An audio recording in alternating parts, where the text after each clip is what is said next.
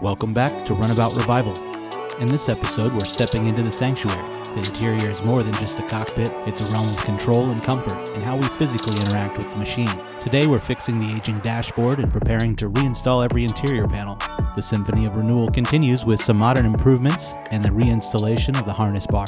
Don't forget to subscribe and hit that notification bell. This is Runabout Revival.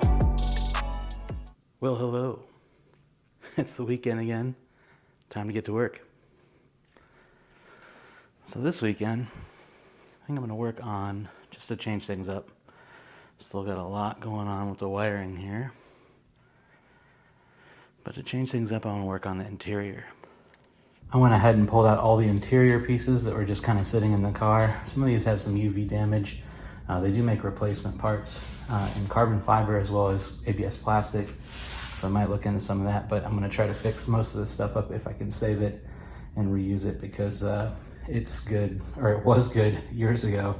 Probably should have left it inside, boxed up somewhere, but you live and you learn. Since I have the dash this much assembled, I'm going to go ahead and pull it out and fix the vents where the heat damaged the top. That's a very common MR2 thing, that plastic deteriorates over time along the ridge line of the dash. Then it rises up, as you can see right here, it's kind of risen. I have two big metal plates that I put down on top of that, bolt it down, I'll hold that flat again, and then put this dash back in place. To get started, I have to remove the glove box. Since I already have it removed, I'll just show you where those screws are. Here's one on the bottom on the right side. Here's another on the bottom on the left side. And then when you open the glove box, there's one here and one here. And those slide, that whole unit just slides right in there. And so 4 screws pops that out. I'm gonna put that aside. And now we're gonna start working on removing the dashboard. So on this side, I'm gonna remove this thing here very gently with a screwdriver. Just pop it up. There's one bolt back there. And then there's a bolt here. I have to remove this module. Then we'll move over to the other side. Still have to take out all the center console parts and then the cluster and the bezel that goes over the cluster. Let's get to it. Okay. We did remove the module. One bolt here, one bolt here for the module, and then did remove this bolt here and then up here. So now we're going to move over to the other side, do the center and then the cluster and all that stuff, and we'll keep going. All right, so we're going to take out some screws here. 1, 2, 3, 4, 5, 6, 7, 8, 9, 10, possibly more there. So just basically all this center console, and take out that one as well. This one's already out. There's one right here. And there's a 10 mil right there. Oh, another one for the cluster up here. And then once we remove that cluster, there's probably a couple back there as well. So let's go. Okay, a little catch up here. Remove the entertainment system here. I used to have the head unit for that. I have no idea where it went. I haven't seen it in 15 years. So probably not going to be using that one anymore.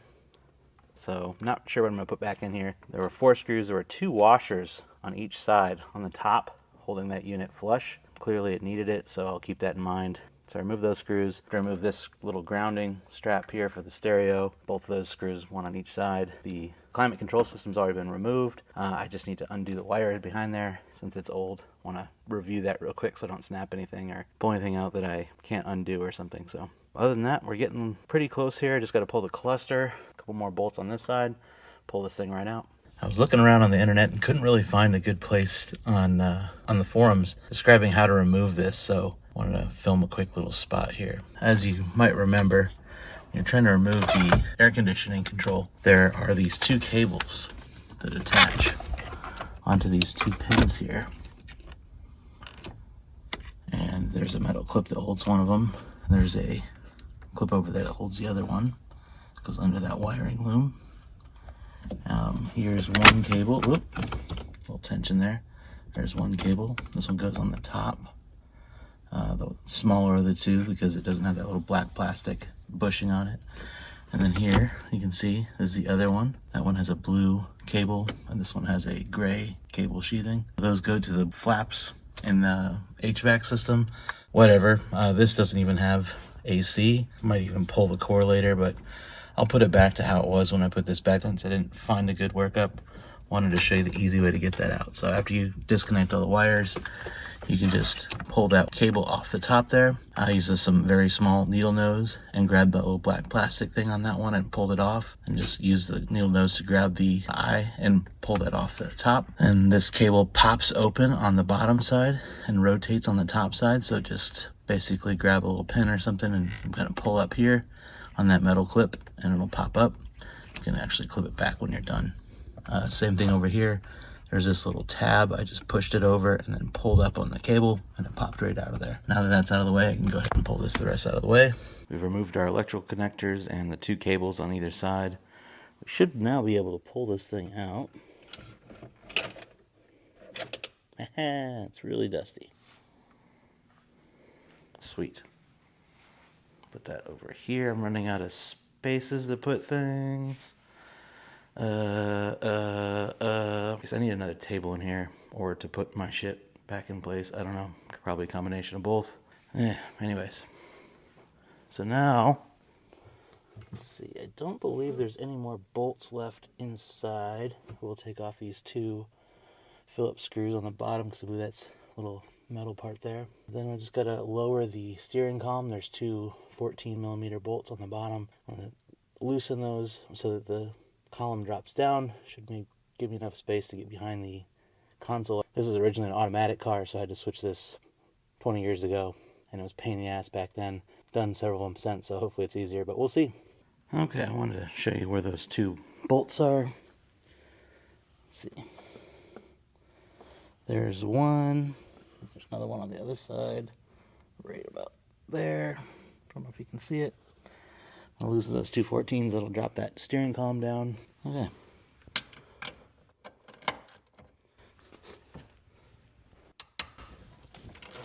A little bit much. All right. Oh, tight still.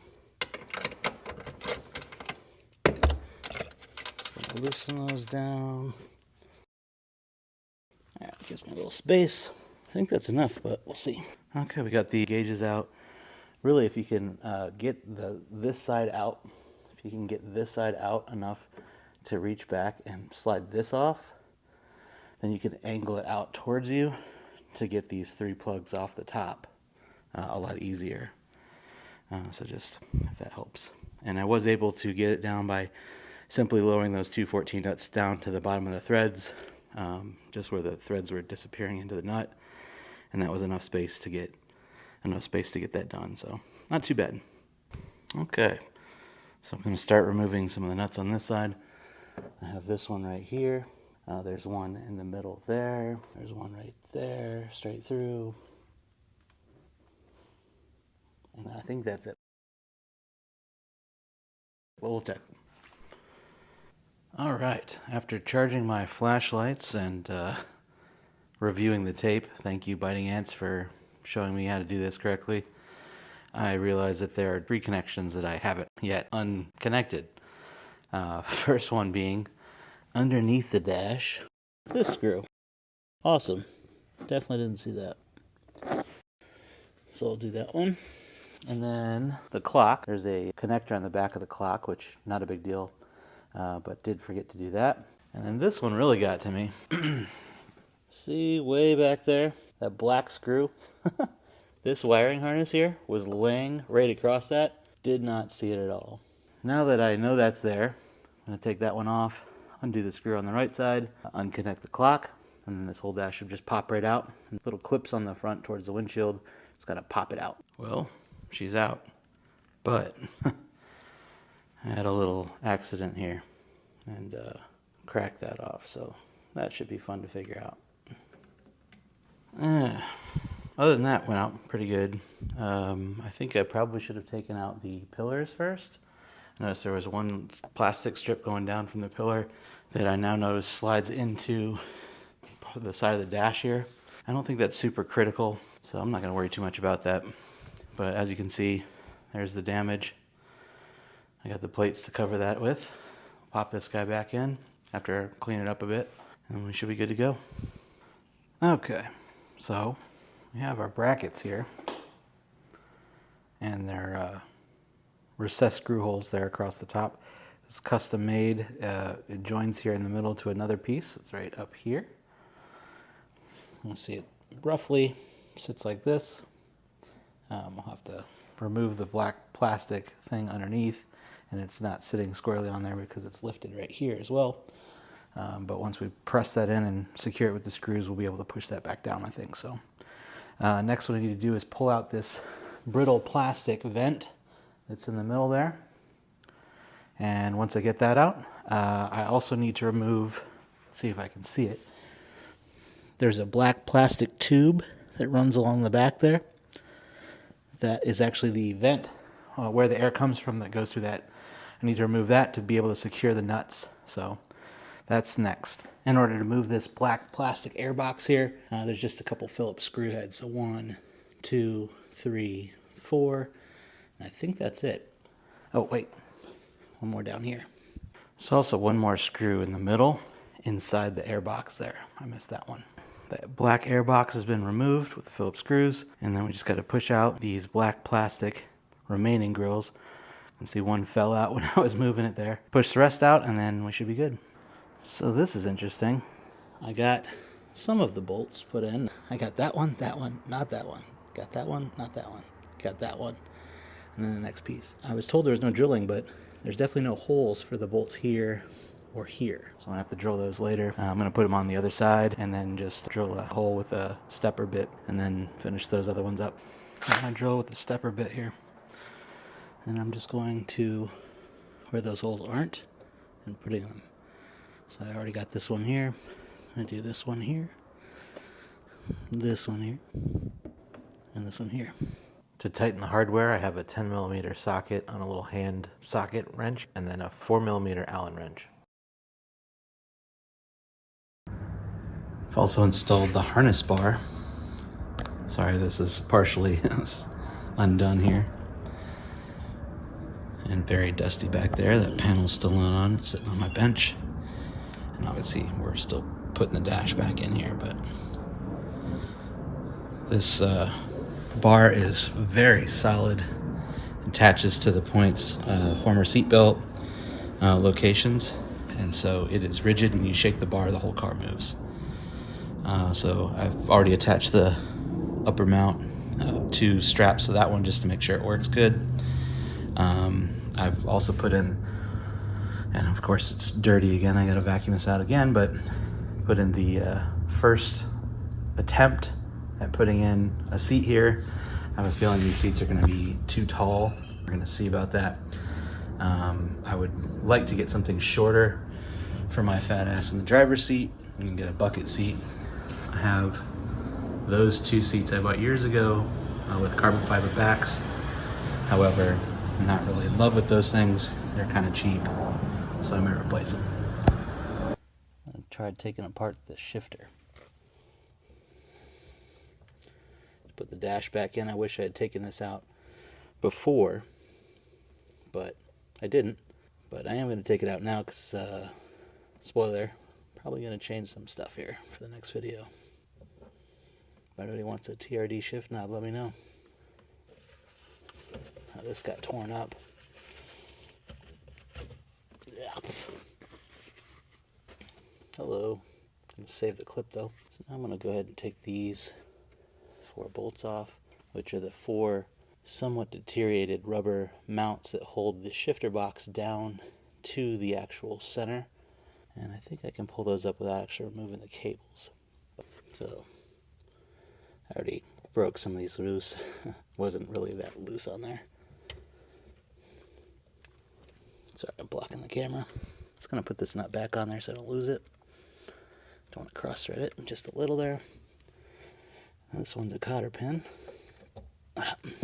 Luckily I have this here. Again, blocking the camera. Oh, just pull that straight back. Put that down here. There's a washer.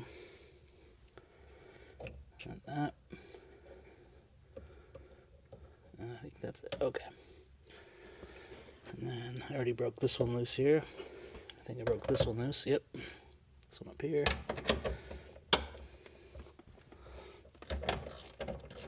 Broke separate more of my controls off this steering wheel column here. One, two.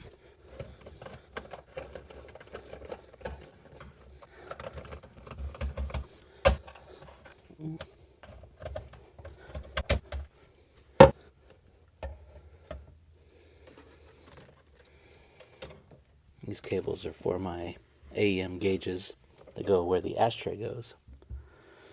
Let's see the wiring harness for that there. To make putting the dash back in, I've actually removed the shifter.